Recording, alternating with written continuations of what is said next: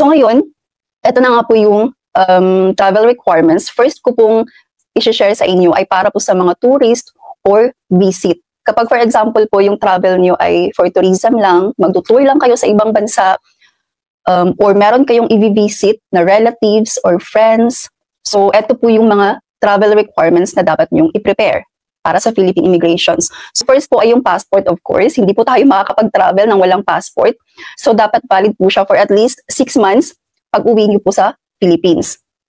And then visa, kapag kailangan po ng visa sa bansang pupuntahan.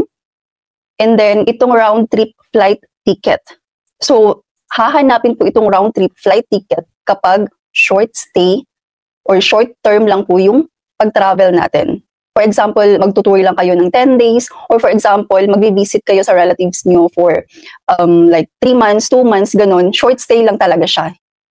Then, kailangan nyo po talagang maghanda ng return ticket to confirm na kayo ay uuwi talaga ng Pilipinas after ng stay nyo sa ibang bansa. Pero kapag long term na, for example, visa D yung hawak nyo, for example na lang spouse visa, yung pathway na yun siya na mag-apply kayo ng residency sa ibang bansa, hindi nyo na kailangan ng return ticket. So, okay lang na walang return ticket kapag long-term or long stay yung purpose nyo sa ibang bansa. Ngayon yung hotel booking naman and invitation letter.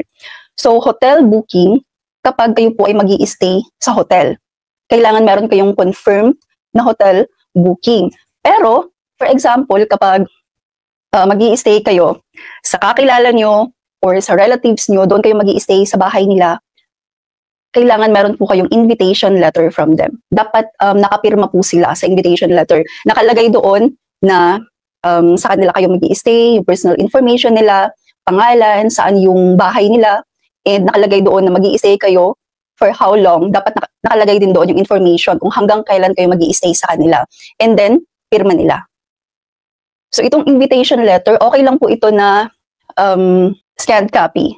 And then travel insurance. So itong travel insurance ay optional. Hindi po ito siya talagang necessary na meron tayong travel insurance. Pero as in, tinawagan ko ang immigration before, nung first time kong mag-tourist, tumawag ako sa kanila and natanong ako kung kailangan ba ng travel insurance. So ina-advise po talaga nila ito.